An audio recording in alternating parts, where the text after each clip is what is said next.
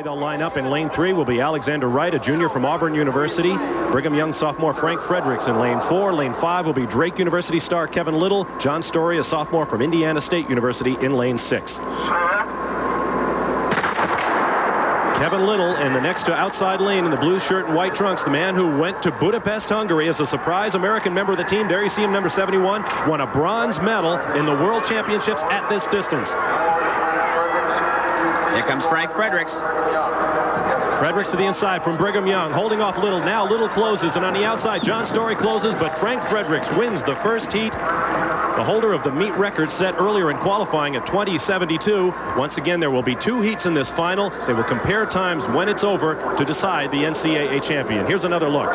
Well, the 21-year-old sophomore powers around the turn very well. He holds every record in South Africa, where he's from, at 100 and 200 meters. Look at him pump his arms and lift. He holds his top speed very well. Little closes well, but only by inches. And that's going to be a tough time to beat, Bob. He's running really well. He ran the turn well right in the middle of the track. Look at him focus on the finish line. Some people peek left and right. You youngsters out there, don't do that. Focus on the finish line. Look around afterwards.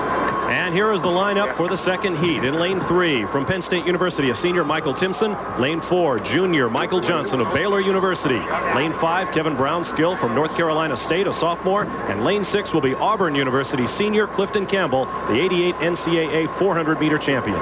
There you see Michael Johnson. The young man ran the 7th fastest time in the world last year. He has a terrific future. America's sprinting is very, very deep. It's the deepest of any phase of track and field. That man, Kevin Braunskill, has a great future also.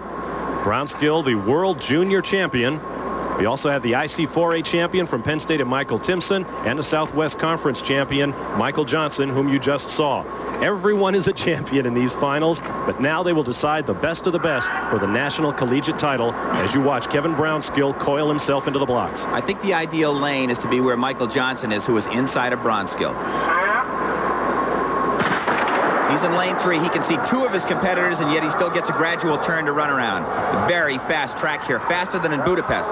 Braunskill closing the gap on Clifton Campbell on the outside, but look at Michael Johnson go to the jets. He makes up the stagger as they come off the turn and down the straightaway.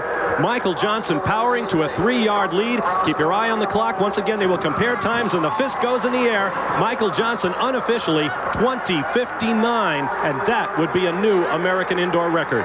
Most of these athletes were terrific stars in school. That man never won a high school state championship. He's improved all this since he went to Baylor University. Good arm action around the turn. He knows now he's in great control of the race. He's always finished his 200 meters well. He's tall and lean. Look at the power. He continues to use his arm action. Lean at the tape a bit. Don't raise that arm till you pass the finish line, you youngsters out there. You can hot dog it afterwards. He probably lost a few hundredths of a second off that time.